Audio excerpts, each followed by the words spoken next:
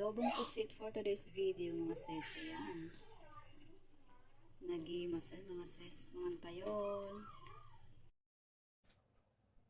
Maglalagay lang tayo ng konting mantika. Gigisan natin una itong ating bawang.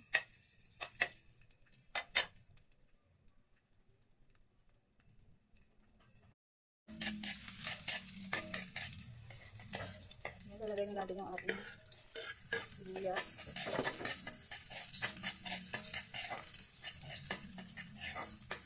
Maliit ang luto lang ito mga.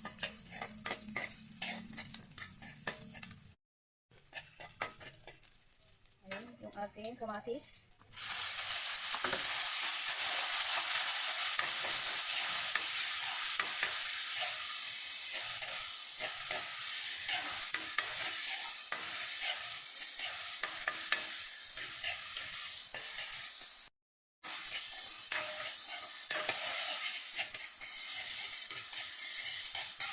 Lalagyan na natin ang ating puso.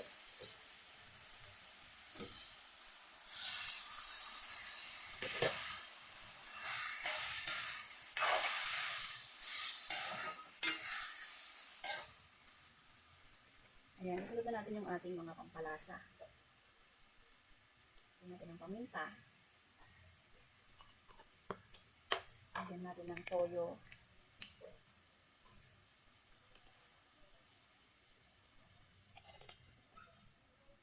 Yung ating mga sarap.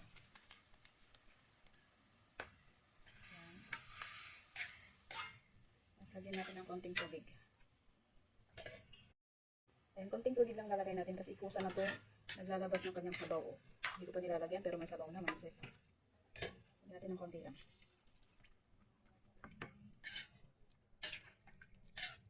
Ayan. Pakuluan muna natin tapos isimmer lang natin ng mga kahit 5 minutes. Luto na yan. Madali lang lutuin ito mga sis kasi wala naman siyang dugo. Yung ating siling habaw mga sis. Lalagay na din natin. Ayan.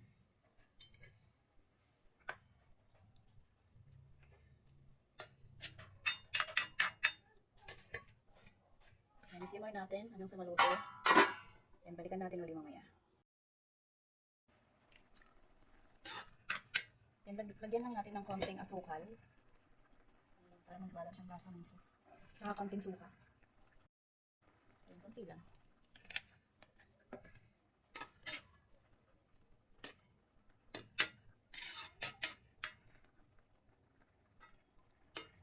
Ayan, titikman natin. Ayan, tikman muna natin.